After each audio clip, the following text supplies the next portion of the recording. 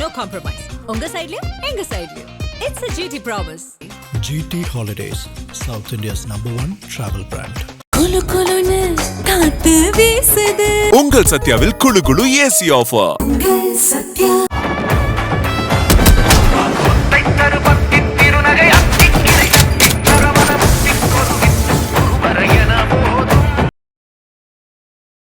களம் எப்படி இருக்கு, களத்துல யாரு முந்தி போயிட்டு இருக்காங்க, இல்ல இந்த ரிசல்ட் எப்படி இருக்கும்னு நினைக்கிறீங்க? நகரங்களில் வந்து it is DMK versus ADMK, இல்லை டிஎம்கே வர்சஸ் ஒரு சில தொகுதிகள் தாவேக்கா. பட் கிராமங்கள்னு வரும்போது அதிமுக வர்சஸ் திமுக அப்படின்ற மாதிரி இருக்குன்ற மாதிரி நான் சுற்றி பார்க்குறத எனக்கு அப்படியே ஒரு சமிக்கைகள் எனக்கு வெளிப்படும். ரொம்ப விசேஷம் அப்படின்னு பார்த்தீங்கன்னா விஜய் அவர்கள் நிற்கிற திருச்சி ஈஸ்ட். எஸ், அதில் வந்து என்னென்னா விஜய் வந்து ஒரு ஸ்டாரு, விஜய் வந்து நிற்கிறாரு அப்படின்றது வந்து பெரம்பூரோடு அது ஒப்பிடு பார்க்கும்போது அங்கே வந்து அந்த ஸ்டார்டம் வந்து பெரிய தாக்கம் இல்லை.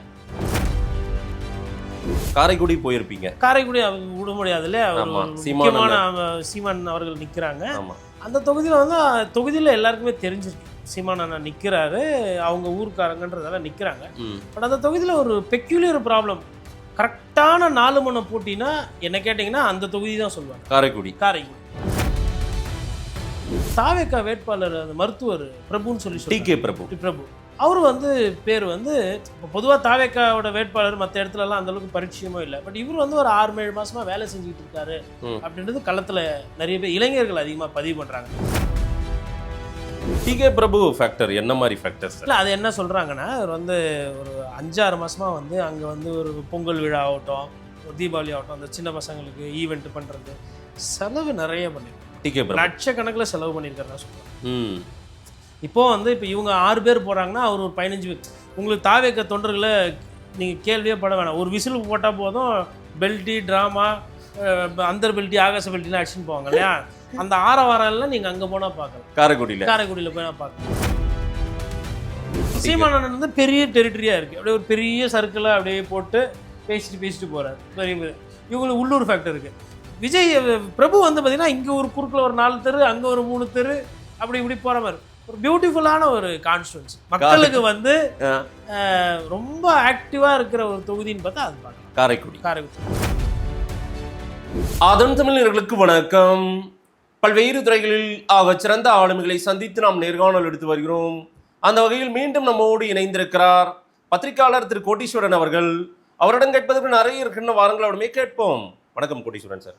வணக்கம், நேயர்களுக்கு அன்பு வணக்கம். எப்படி இருக்கீங்க?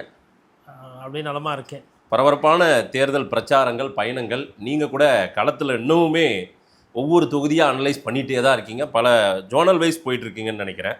நீங்கள் இப்போ சமீபத்தில் பல இடங்களுக்கு போயிட்டு வந்ததையும் என்கிட்ட சொல்லிட்டு இருந்தீங்க. எப்படி இருக்குது சார் களம், எப்படி இருக்குது களத்தில் யார் முந்தி போயிட்டுருக்காங்க, இல்லை இந்த ரிசல்ட் எப்படி இருக்குன்னு நினைக்கிறீங்க? புதுவிதமான ஒரு தேர்தலாக இதை நான் பார்க்குறேன். எப்படி புதுவிதமான தேர்தலாம், அதாவது கலைஞர் அவர்கள் இல்லை, கருணாநிதி அவர்கள் இல்லை, அம்மையார் ஜெயலலிதா இல்லை. இப்போ போன தேர்தலையும் வந்து ஐயா மு.க. ஸ்டாலின் இருந்தார், எடப்பாடி பழனிசாமி இருந்தாங்க. பட் போன தேர்தலுக்கும் இந்த தேர்தலுக்கும் ஒரு சின்ன வித்தியாசம்னா, இந்த தேர்தல் வந்து மோர் கேண்டிடேட் ஸ்பெசிஃபிக்காக போகுதோ அப்படின்ற மாதிரி எனக்கு ஒரு உள்ளுக்குள்ளே ஒரு புரிதல். அதாவது அந்த தொகுதியினுடைய வேட்பாளர் வந்து இந்த தேர்தலில் ரொம்ப முக்கியம். அது என்ன அப்படி நான் இதை வச்சு அப்படி பார்க்குறேன்னா, எடப்பாடி பழனிசாமி அவர்களோட ஒரு ஆட்சி காலத்தை மக்கள் பார்த்துருந்தாங்க.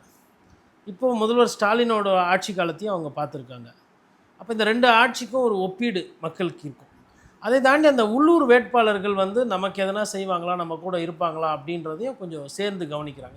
இது ரொம்ப முக்கியம் இந்த தேர்தல் அப்படின்னிங்கன்னா, தாவேக்கா தலைவர் விஜய் அவர்களோட அந்த போட்டி இருக்குது பார்த்தீங்களா, அது வந்து இந்த இருதுருவ அரசியல் போட்டியை வந்து இன்னும் நெருக்கடிக்கு உள்ளாகுது. சரி, அப்போ நெருக்கடிக்கு உள்ளாகுது, இது 3 முனை போட்டி தானே. ஆமானா 3 முனை போட்டி. ஆனால் போட்டி என்பது களத்தில் வந்து திமுகக்கும் அதிமுகக்கும் பார்த்தீங்கன்னா நகரங்களில் வந்து it is DMK versus ADMK, இல்லை டிஎம்கே வர்சஸ் ஒரு சில தொகுதிகள் தாவேக்கா. பட் கிராமங்கள்னு வரும்போது அதிமுக வர்சஸ் திமுக அப்படின்ற மாதிரி இருக்குன்ற மாதிரி நான் சுற்றி பார்க்குறத எனக்கு அப்படியே ஒரு சமிக்கைகள் எனக்கு வெளிப்படுகிறது. இப்போ நீங்கள் போயிட்டு வந்தது சில இடங்களில் எப்படி இருக்குது? காரைக்குடி, புதுக்கோட்டை, திருச்சி எல்லாம் போயிட்டு வந்ததாக சொன்னீங்க. அங்கெல்லாம் எப்படி இருக்குது சார்? கேண்டிடேட் வைஸ் தான் ஒரு ரிசல்ட்டு போகும் அப்படின்னு கூட நினைக்கிறீங்களா? என்ன கட்சி சார்பாக ஒன் சைடடா அப்படிலாம் இருக்காதா என்ன? இல்லை, இப்போ உதாரணத்துக்கு நீங்கள் விராலிமலை எடுத்திங்கன்னா அங்கே வந்து அது ஒன் சைடடாக தான் இருக்குது. விராலிமலை எடுத்திங்கன்னா ஒரு விஜயபாஸ்கர் அவர்கள், இப்போது திருச்சியில் வந்து அவர் நேரு அவர்கள் போட்டியிடுற தொகுதி எடுத்திங்கன்னா அது அவர் நேரு அவர்கள் அப்படி ஒன் சைடடாக போகுது. இப்போ லால்குடியில் வந்து இவங்க லீமா ரோஸ் வந்து கொஞ்சம் தேர்தல் வேலையில் கொஞ்சம் முந்தி சொல்கிற மாதிரி ஒரு சில சமிக்கைகள் வெளிப்படுது. அது கட்சிக்காரங்களாம் சேர்ந்து, அதாவது சமீபம் தான் வந்து கட்சியில் சேர்ந்தாங்க, பட் சீட்டு கொடுக்கப்பட்டிருக்கிறது. ஆனால் அந்த தேர்தல் வேகம் என்பது அங்கே ஃபாஸ்ட்டாக போகுது. அது என்ன காரணம், ஏன் அந்த கட்சிக்காரர்கள் எக்ஸ்ட்ராவாக வேலை செய்கிறாங்க அப்படின்றதுக்குள்ளே போகல.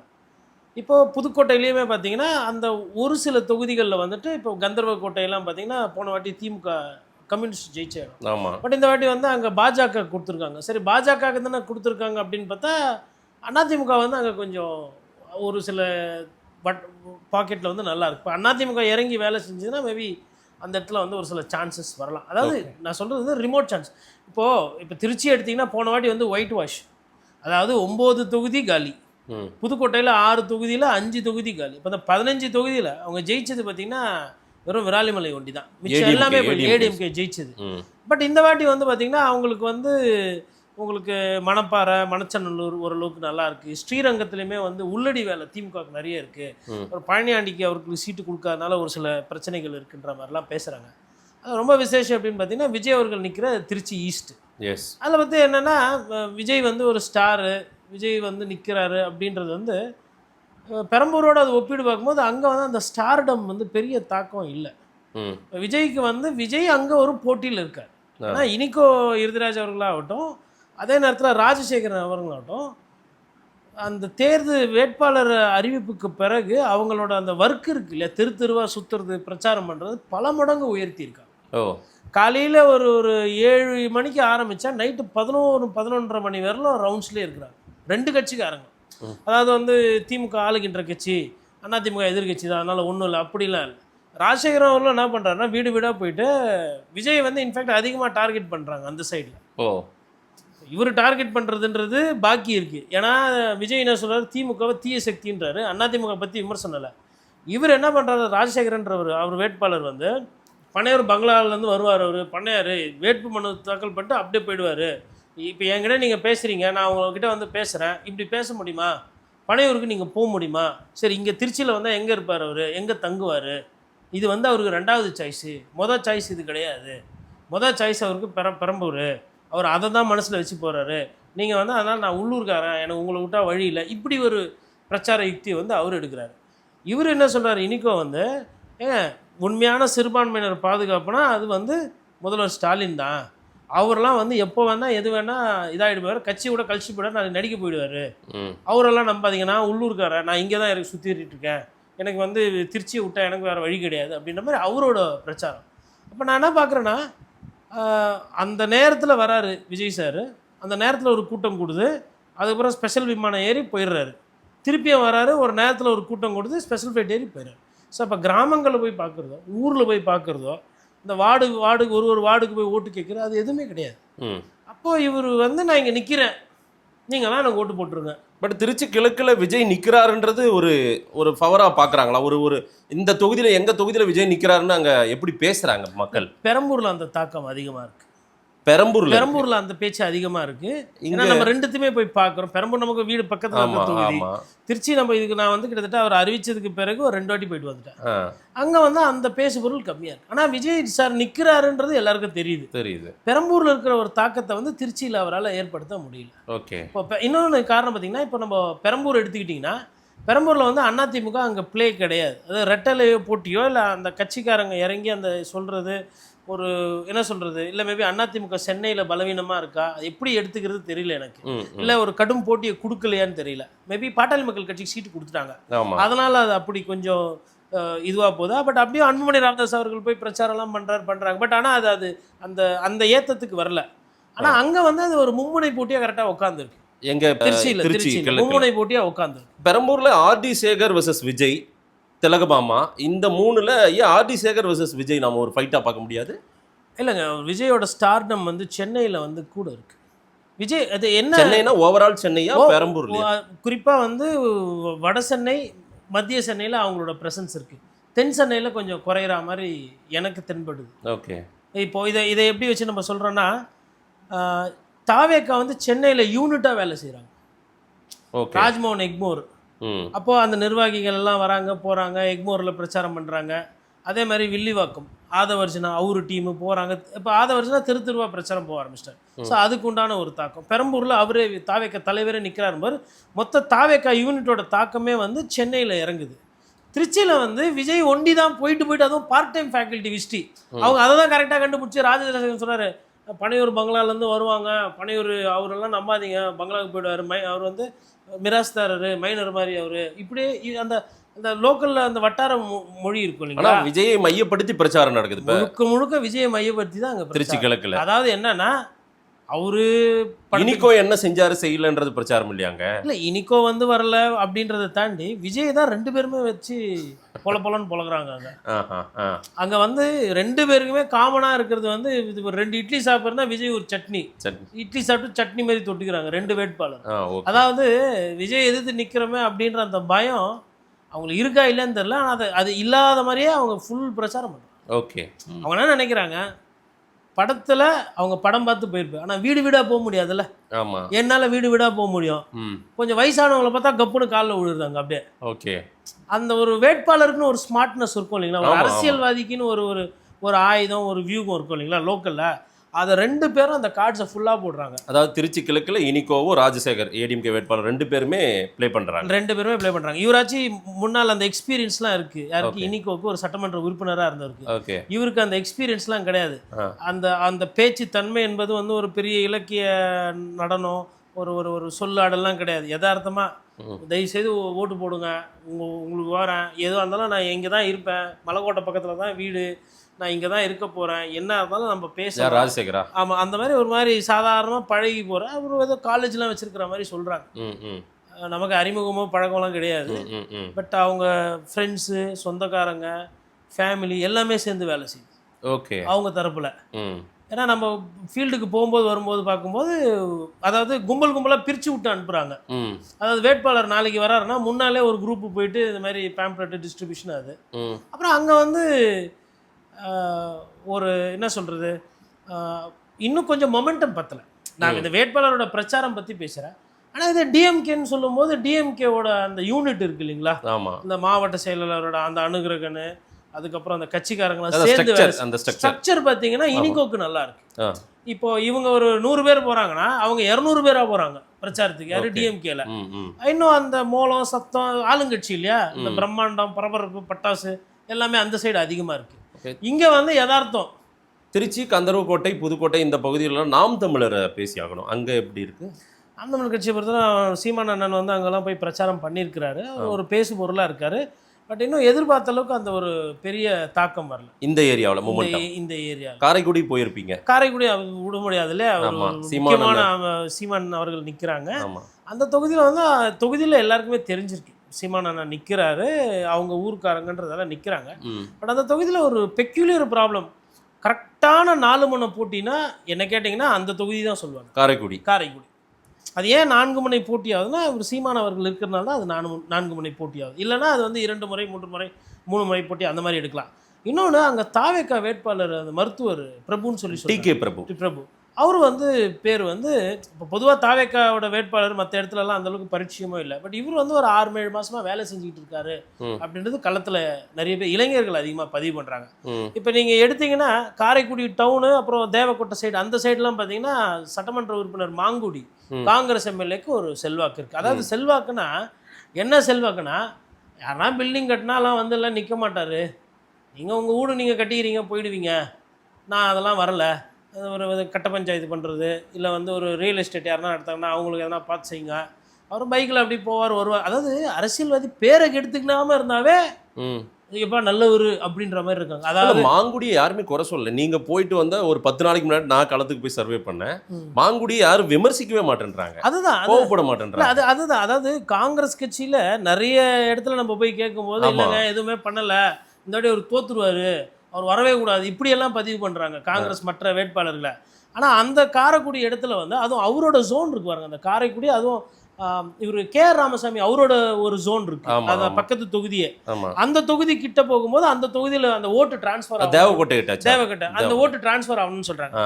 இப்போ இதே நீங்க வந்து இப்போ இவரை பொறுத்தவரை இந்த மாதிரி ஒரு பேருக்கு அந்த சைடு என்ன சொல்றாங்கன்னா தேர்போகி பாண்டிக்கு சிம்பத்தி வேவ். என்னன்னா கட்சி ஒன்றா இருந்ததுதான் எப்பயோ ஜெயிச்சு எம்எல்ஏவாக இருக்க வேண்டியது. அமமுக அதிமுக பிரிஞ்சதுனால ஆகலை. என்ன செய்யலை, இந்த சைடு ஒன்றியத்துக்கு, எங்கள் ஒன்றியத்துக்குலாம் அந்த அவர் இருக்கிற அந்த ஊர் அது எல்லாத்துமே அந்த சைடு. ஆனால் அவருமே இப்போ வந்து டவுனுக்கு தான் அடிக்கடி வந்து போகிறாரு, டவுனில் ஏதோ வீடு எடுத்து தங்குறாருற மாதிரி சொல்கிறாங்க. பட் ஆனால் அந்த ஊர் பாசம் இருக்குல்லையா, அந்த ஒன்றியம் அந்த கிராம சைடு இருப்பாங்க, அதெல்லாம் வந்து தேர்போகி பாண்டிக்கு பயங்கர ஸ்ட்ராங்காக இருக்குது. அவர் ஜோனை அவர் ஆடுறாரு. பத்தாவதுக்கு என்ன சொல்கிறாருன்னா சிம்பத்தி வேவ். போன வாட்டியே தோக்கல ஜெயிக்கல, அதுக்கு முன்னாடியே ரொம்ப நாளாக இருக்காரு, அவருக்கு வந்து ஒரு வாய்ப்பு இந்த வாட்டி இருக்கும். ஏடிஎம்கே அமமுக தேர்போகி பாண்டிக்கு ஒர்க் அவுட் ஆகும்னா ஏடிஎம்கே அமமுக ஜெல் ஆயிருக்கு. ஏடிஎம்கே அமமுக ஓரளவுக்கு ஜெல் ஆயிருக்கு, ஒரு 50 to 70% ஆயிருக்கு. 30% வந்து அந்த இருக்கு. அந்த 30% ஜெல் ஆயிடுச்சுன்னா தேர்போகி பாண்டி இன்னும் மேலே லிஃப்ட் ஆயிடுவார், ஜெயிக்கிறதுக்கு வாய்ப்பு இருக்கும். அதாவது அங்கே எப்படி இருக்குன்னு பார்த்தீங்கன்னா, இப்போ வெளியிலேருந்து யாருன்னா வராங்க கொள்றாங்கன்னு பார்க்கும்போது முதல்ல வந்து வரவேற்பு மாதிரி நாம் தமிழர் கட்சி சீமான் நிற்கிறார். ஆமாம், காரைக்குடியில் யாரை போய் கேட்டீங்கன்னாலும் என்ன எப்படி போகுது தேர்தல், சீமான் நிற்கிறாரு அப்படின்றத எல்லாரும் பதிவு பண்ணுவாங்க. ரைட்டு. ஓட்டு போடுவீங்களா அப்படின்னா ஜனங்க பெருசாக சொல்ல மாட்டாங்க. ஒரு கியூரியாசிட்டி. அப்போ நம்மளால ஒரு முடிவுக்கு வர முடியல. ஆனால் ஒரு தப்பு ஒன்று நடக்குது. என்ன அப்படின்னா, நாம் தமிழர் கட்சி அண்ணன் சீமான் வந்து அங்கே களத்தில் வந்து, அதாவது விஜய் சார் வந்து அவர் கொண்டு பிரச்சாரம் பண்ணிக்கிறாரு. ஆமாம், திருச்சிக்கு போய் பிரச்சாரம் பண்ணிக்கிறாரு, பெரம்பூர் போய் பிரச்சாரம் பண்ணிக்கிறாரு, மற்றவங்க எல்லாம் டீலில் விடுறாரு. இவர் தொகுதியில் போதிய அளவுக்கு பிரச்சாரம் பண்ணாமல் மற்றவங்களுக்கு போய் சுற்றி பிரச்சாரம் பண்ணியிருக்காரு. அது அங்கே ஒரு சிலர் வந்து நாம் தமிழர் கட்சிக்கு ஓட்டு போடணும், ஓட்டு போட போகிறவங்க அதை வந்து ஒரு குறையாக பதிவு பண்ணுறாங்க. ஓகே, இது வந்துங்க அவருக்கு இந்த இடத்துல நல்ல செல்வாக்கு போன தேர்தலில் இருந்தது, இப்போவும் இருக்குது. ஆனால் அவர் வந்து ஒரு வேட்பாளராக இங்கே அதிகமாக பழகணும், இன்னும் நிறைய இங்கே நிற்கணும், இங்கே தொடர்ந்து தங்கி இருந்து கொஞ்சம் பிரச்சாரத்தை பண்ணணும். அவரை பற்றி அவரோட வேட்பாளர் அவர் எம்எல்ஏ ஆகணுன்றதை பற்றி கவலைப்படாத மாதிரி தெரியல அப்படின்றது. அதாவது நாம் தமிழர் கட்சிக்கு தான் ஓட்டு போட போகிறாங்க. சீமான் மீது அவங்க இருக்கிற அக்கறையை அங்கே வெளிப்படுத்துகிறாங்க. முன்னாள் இளைஞர்கள் அதில் தாவேக்கா ஓட்டும் சரி, நாம் தமிழர் கட்சி ஓட்டும் இளைஞர்கள் கிட்ட தாங்க இருக்கு. காரைக்குடியில் பெரியவங்கெல்லாம் வந்து டிகே பிரபு ஃபேக்டர் என்ன மாதிரி ஃபேக்டர்ஸ் இல்லை, அது என்ன சொல்கிறாங்கன்னா, அவர் வந்து ஒரு 5-6 மாதமாக வந்து அங்கே வந்து ஒரு பொங்கல் விழா ஆகட்டும், ஒரு தீபாவளி ஆகட்டும், அந்த சின்ன பசங்களுக்கு ஈவெண்ட் பண்ணுறது செலவு நிறைய பண்ணியிருக்காங்க. டிகே பிரபு லட்சக்கணக்கில் செலவு பண்ணியிருக்கிறதா சொல்கிறாங்க. இப்போ இவங்க 6 பேர் போகிறாங்கன்னா அவர் ஒரு 15 பேர். உங்களுக்கு தாவேக்க தொண்டர்களை நீங்கள் கேள்வியே பட வேணாம், ஒரு விசில் போட்டால் போதும் பெல்ட்டி ட்ராமா அந்தர் பெல்ட்டி ஆகாச பெல்ட்டிலாம் அடிச்சுன்னு போவாங்க இல்லையா, அந்த ஆரவாரெல்லாம் நீங்கள் அங்கே போனால் பார்க்கலாம். காரைக்குடியில் போய் பார்க்கலாம். அப்போ நீங்கள் வந்து நான் மற்ற இடத்துலலாம் தாவேக்கா ரேஸில் இருக்குதுன்னு சொல்ல மாட்டேன், பட் அங்கே தாவேக்கா இஸ் ரேஸ். இன்ஃபேக்ட் நீங்கள் வந்து ஒரு ஜோன் அவுட்டாக இருக்கிற ஒரு தொகுதி அது. ஆனால் ட்ரெடிஷ்னலாக இருக்குது பார்த்தீங்களா, இது எங்கள் கோட்டை, இந்த வார்டு வந்து இந்த பூத்து, இந்த கிட்டத்தட்ட அவங்க வந்து ஒரு 270 அந்த ரேஞ்சுக்கு பூத் சொல்கிறாங்க. அதெல்லாம் ஒரு சில பூத்தெல்லாம் சொல்கிறாங்க, இந்த பூத் நம்பர் ஒரு 140 180, அதெல்லாம் வந்து இந்த இடம் வந்து டிஎம்கேனா டிஎம்கே, ஏடிஎம்கேனா ஏடிஎம்கே, இது காங்கிரஸ் பெல்ட்டு அப்படின்னு சொல்லிட்டு இந்த பூத் வேலை பார்க்குறாங்க இல்லைங்களா. அது அவர் தேர்போகி பாண்டிக்கு பார்க்குறவங்களாம் பிரித்து வச்சுருக்கிறாங்க. எந்த ஊர், எந்த வீடு, எந்த ஓட்டு நம்புது. அப்புறம் சமூக ரீதியான பேக்கிங் பார்த்தீங்கன்னா தேர்போகி பாண்டிக்கு ஃபுல்லாக. அதாவது உங்களுக்கு முக்குளத்தூர் சமுதாயம் சொல்லலாம், குறிப்பாக கல்லர் பெல்ட்டு, அந்த பெல்ட் அதுக்கப்புறம் வன்னியர்கள் பெரும்பாலும் வந்து அவங்க வந்து நாங்கள் வந்து இந்த வாட்டி வந்து எங்கள் ஊருக்காரரு அவரை விட்டு கொடுக்க முடியாது அந்த மாதிரி பேசுகிறாங்க. டவுனில் வந்தால் மாங்குடினால எங்களுக்கு பிரச்சனை இல்லை, அவரை விட்டு கொடுக்க முடியாது அப்படி பேசுகிறாங்க. பட் இவங்க 2 ஃபேக்டர்ஸ் இருக்காங்க இல்லையா. சீமான் வந்து பெரிய டெரிட்டரியாக இருக்குது, அப்படியே ஒரு பெரிய சர்க்கிளாக அப்படியே போட்டு பேசிட்டு போகிறாரு. இவங்களுக்கு உள்ளூர் ஃபேக்டர் இருக்குது. விஜய் பிரபு வந்து பார்த்திங்கன்னா இங்கே ஒரு குறுக்கில் ஒரு 4 தெரு, அங்கே ஒரு 3 தெரு, இப்படி போகிற மாதிரி ஒரு பியூட்டிஃபுல்லான ஒரு கான்ஸ்டுவன்சி. மக்களுக்கு வந்து ரொம்ப ஆக்டிவாக இருக்கிற ஒரு தொகுதின்னு பார்த்தா அது பார்க்கலாம் காரைக்குடி. இன்ஃபேக்ட் மாங்குடிக்கு வந்து டெக்னிக்கலாக ஒரு ட்ராபேக் என்னன்னா, அந்த தேதி லேட்டாக சொல்கிறாங்க பாருங்கள், அதுக்கு முன்னாடியே அவங்களுக்கு ஒரு 5-6 நாள் வேலையை பார்த்துட்டு உள்ளூர் மக்கள், தலைக்கட்டு, கோயில் பூசாரி, முக்கியமானவங்கலாம் இருப்பாங்க இல்லைங்களா, அவங்களெல்லாம் போயிட்டு வணக்கம் வச்சு சால்வை போட்டு அதெல்லாம் கம்ப்ளீட் பண்ணிட்டாங்க. இதை பொறுத்தவரைலாம் இவர் மாங்குடியை பொறுத்தவரை இந்த எப்பவுமே லாஸ்ட் மினிட்ல தானே சொல்லுவாங்க. அதாவது அவர் தான் வேட்பாளர்னு அவங்களுக்கு தெரியுது, காங்கிரஸ்காரங்களுக்குலாம் தெரியுது. இன்னொன்று இன்ஃபேக்ட் வேட்பாளர்களோட அவரோட நண்பர்கள் ஒரு சில பேர் மாங்குடிக்கு இறங்கி பிரச்சாரம் பண்ணாங்க. நான் போனப்போ கூட ஒருத்தர் பார்த்துட்டு அடையாளம் பார்த்துட்டு வந்துட்டு அவரே வந்து வாலண்டியராக பேசினார். அதுக்கப்புறம் பேசிட்டு நான் காங்கிரஸ் கட்சிலாம் இல்லைங்க, திமுக காரணம் கிடையாது, நான் அவரோட ஃப்ரெண்டு, பட் எனக்கு வந்து ஒரு 15 வருஷமாக பழக்கம், ஃப்ரெண்டுனா டெய்லி டீ குடிக்கிறது அப்படிலாம் இல்லை, யாருக்கும் பிரச்சனை இருக்காது அப்படின்றத வெளிப்படுத்துகிறாங்க. இதே வந்து அந்த கட்சிக்காரங்க அந்த அதிமுகவில் இருக்கிறாங்க, அமமுகவில் இருக்கிறாங்க அப்படின்னா அவங்க வந்து இந்த தேர்தல் வந்து ஒரு ப்ரெஸ்டீஜாக எடுத்துக்கிறாங்க காரைக்குடியை பொறுத்தவரை. இதில் வந்து ஆனால் தொகுதி வந்து விவிஐபி தொகுதியாக மாறினது காரணம் அண்ணன் நாம் தமிழர் கட்சி சீமான். Right right. அந்த அந்தஸ்து அந்த தோரணம் வந்து இவரால் தான் வருது. இவர் இல்லைன்னா அது அந்த மாதிரி போயிருக்காரு. அப்போது எல்லாமே இருக்குது. அந்த நீங்கள் தொகுதிக்கு போனீங்கன்னா ஒரு ஃபுல் மீல்ஸ் பார்க்கலாம். இல்லை 4 பேரையுமே தொகுதியில் தெரியுது மக்களுக்கு. இன்னொன்று, நம்மளை போன்ற போகிற பத்திரிகையாளர்களுக்கு சாப்பாடு நல்லா இருக்குது. நீங்கள் எந்த ஹோட்டலில் போனாலும் இப்போ நிறைய நேரத்தில் மன்னிக்கணும் நான் என்னடா இப்படி சொல்கிறேன்னு, தூத்துக்குடி நாகப்பட்டினம்லாம் போயிருந்தீங்கன்னா பெரிய அளவுக்கு ஹோட்டல் சாப்பாடோ ஒன்றும் இது கிடையாது. இங்கே நீங்கள் வந்து கொஞ்சம் காசு கொடுத்தீங்கனாலும் சரி, கம்பங்கூழு மோர் எது குடித்தாலும் அதுமாதிரி காரைக்குடியில் வந்து ஒரு காரைக்குடி மதுரை பத்திரிகையாளர்கள் போனாங்கன்னா நல்ல சாப்பிடலாம், உடம்புக்கு பிரச்சனை இல்லாத அதையும் நம்ம பதிவு பண்ணோம். ஏன்னா இப்போ நம்ம வீடியோ பார்த்துட்டு நிறைய பேர் போவாங்க இல்லைங்களா, அவங்களுக்கு போனாங்கன்னா இந்த நைட் டைமில் போய் கணக்கு எடுக்கிற மாதிரி கொள்கிற மாதிரி காரைக்குடி பெஸ்ட்டு நல்லா இருக்கும். ரைட். அப்போ 4 கார்னர் கண்டெஸ்ட் வந்து காரைக்குடியில் தான் தெரியுது, காரைக்குடியில் இருக்குது. நேரம் கொடுத்து பேசியமுக்கு நன்றி கோட்டீஸ்வரன் சார். நன்றி.